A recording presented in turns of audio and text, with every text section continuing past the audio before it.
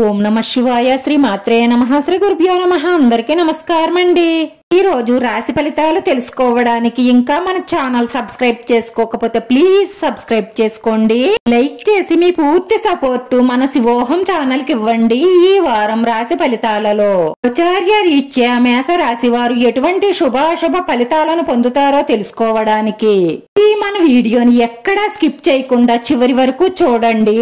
ఒక స్త్రీ మీపై పగపట్టి హాని చెయ్యడానికి శత విధాలా ప్రయత్నిస్తుంది.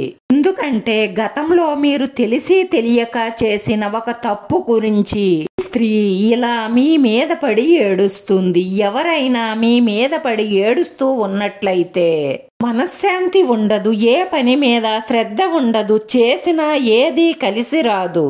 ఇంట్లో సమస్యలు గొడవలు ఎక్కువవుతాయి. అందుకే ఎవరి కనుదిష్టి లేకుండా చూసుకోండి. వినాయకుడిని పూజించడం, సంకట గణపతి స్తోత్రం 9 సార్లు పారాయణం చెయ్యడం, వినాయక శతనామావళి పఠించడం లాంటివి చెయ్యడం వల్ల మీకున్న ఆటంకాలన్నీ తొలగిపోయి ప్రతి పనిని శ్రద్ధ పెట్టి పట్టుదలగా చెయ్యడం వల్ల విజయాలను సాధిస్తారు.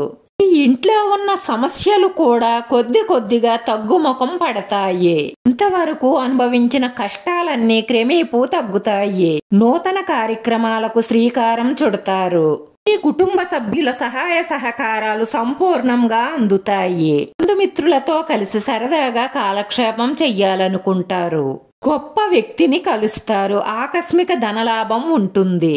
రుణ ప్రయత్నాలు చాలా సులభంగా లభిస్తాయి.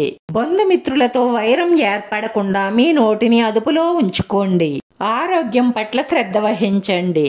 వ్యాపారంలో కొంత ప్రతికూల పరిస్థితులు ఏర్పడతాయి. చేసే పనుల్లో కొన్ని ఆటంకాలు ఏర్పడడం వల్ల నిరుత్సాహానికి గురవుతారు.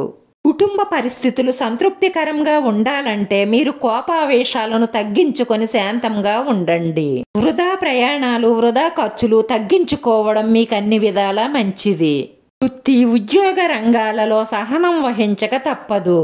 కుటుంబంలో మార్పును కోరుకుంటారు. తలచిన కార్యక్రమాలు కొంత ఆలస్యంగా పూర్తవుతాయి. కొన్ని పనులు వాయిదాలు పడతాయి. స్త్రీలతో జాగ్రత్తగా ఉండడం మంచిది.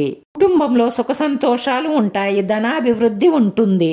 విద్యార్థులు విజయం సాధిస్తారు. ప్రయత్న కార్యాలన్నీ విజయవంతం అవుతాయి. కుటుంబంలో మీరు కోరుకున్న మార్పులు మీకు సంతృప్తినిస్తాయి. ప్రయాణాలలో మెలకువ అవసరం. విదేశయాన ప్రయత్నాలు కొంత ఆలస్యంగా నెరవేరుతాయి. మంచి స్థానచలన మార్పులు గోచరిస్తున్నాయి. స్థిరమైన గృహం ఏర్పడుతుంది. సూక్ష్మ విషయాలను గ్రహిస్తారు. పట్టుదలగా ప్రయత్నిస్తే మీరు తలచిన కార్యక్రమాలన్నీ విజయవంతంగా పూర్తి చేయగలుగుతారు.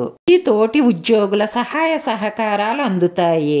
ఈ రాశివారి పరిహారంలో బూడిద గుమ్మడికాయ మీ సింహద్వారం ఎదురుగా కట్టడం వల్ల మీ ఇంటి వాస్తులో ఎటువంటి చెడ్డలు ఉన్నా కూడా అవి తొలగిపోయి మీకు అన్ని విధాలా కలిసి వస్తుంది.